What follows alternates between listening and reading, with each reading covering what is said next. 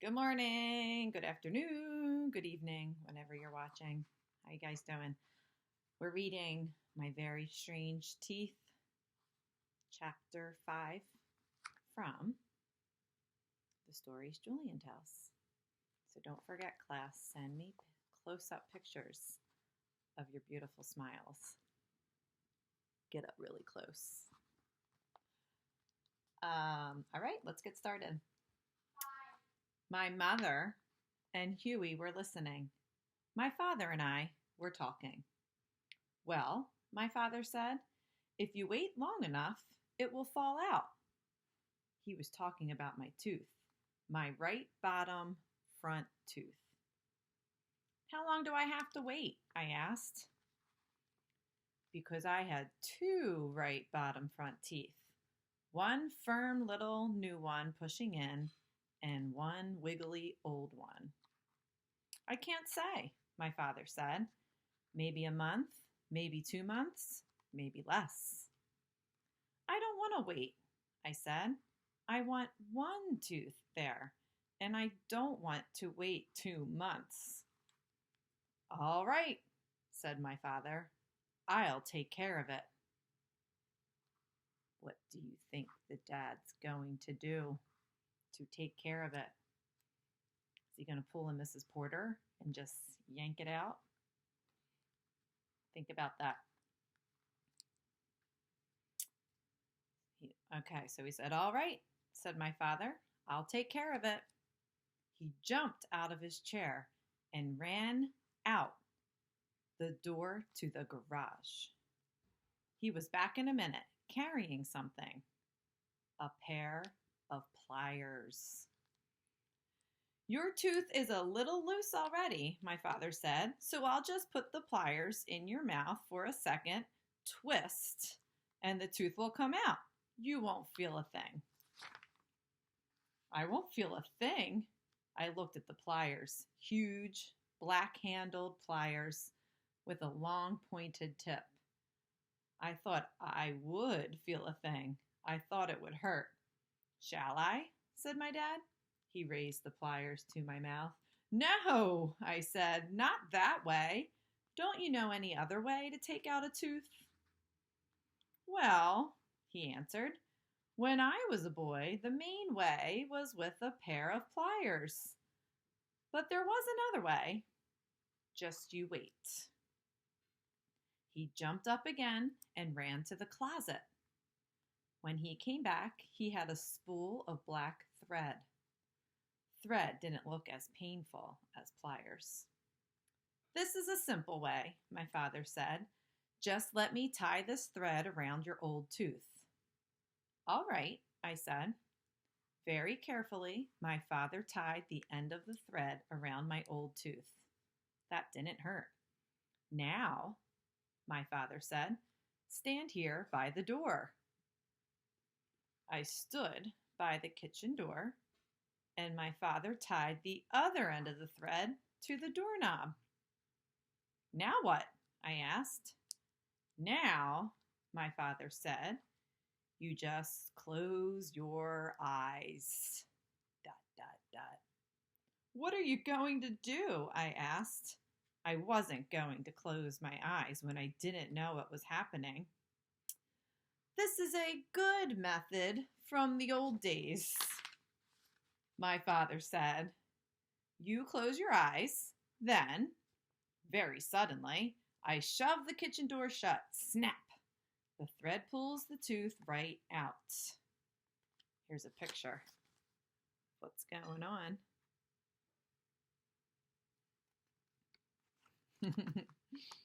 You see his face? Julian does not look excited about this. Won't hurt, won't it hurt? I was really afraid I might lose my whole head with the tooth. Oh, just a little, my father said, just for a second. No thanks, I said. Please take this thread off my tooth. All right then. My father shrugged his shoulders and took the string off my tooth. Don't you know any other way? There is one other way, my father said. Go into the bathroom, stand over the sink, and just keep pushing on the tooth with your finger until it comes out. Will it hurt? You can't stop pushing when it hurts, my father said. Of course it takes longer. I would be very glad to do it with either the pliers or the doorknob. No thanks, I said. I started pushing on my tooth with my finger. Why can't I push it out here? I asked. Why do I have to do it over the sink?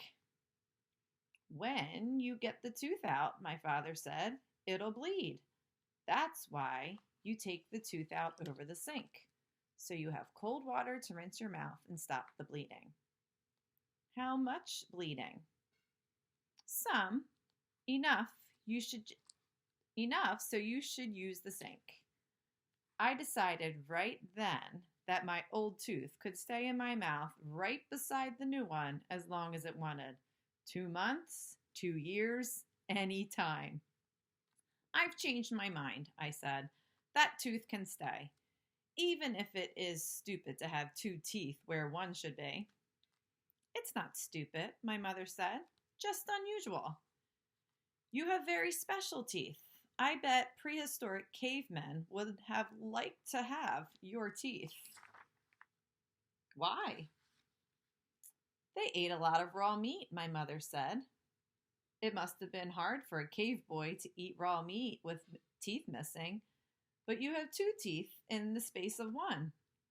You could have eaten saber-toothed tiger meat or anything that the hunters brought home. A cave boy with 2 teeth in place of 1. I wish I had a time machine to go back to the very old days, before pliers and before doorknobs, back to the caves. I curled my lower lip under. You look like a cave boy, my mother said. You should show the kids at school your teeth, Huey said. Maybe I will, I said. I went to my room and made a sign for myself. It read, See Cave Boy Teeth, 1 cent. Let me show you. He knows how to use the cent sign correctly, which makes me happy. I wore the sign at recess the next day. My friends came around. What does that mean? They asked. I grunted and held up a penny. I couldn't explain. If I talked, they'd see my teeth for free. After a while, one girl gave me a penny, and I showed her my special cave boy teeth. Some of the other kids had missing teeth, but nobody had 2 teeth in 1 space like mine. I ran all the way home after school to tell my mother what happened. I said, tomorrow I'll show more kids. I picked up an apple that lay on the kitchen table and took a big bite. Ow, I said, because I could feel my old tooth twist in my mouth. In a minute, without too much blood, it was lying on my hand. Ow, I said again, not because it hurt, but because right then was the end of my special saber-tooth eating, double biting cave boy teeth. There's a picture of him at school. Well, kind of. I don't think the dinosaur was there. I know we've talked a lot about teeth in class. Some talked about the strings, not too many with the pliers, but you do know Mrs. Porter loves to pull teeth out. So those of you that have wiggly ones, save them for me.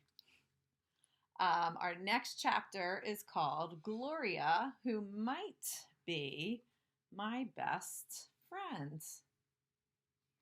See a picture of a kite up there.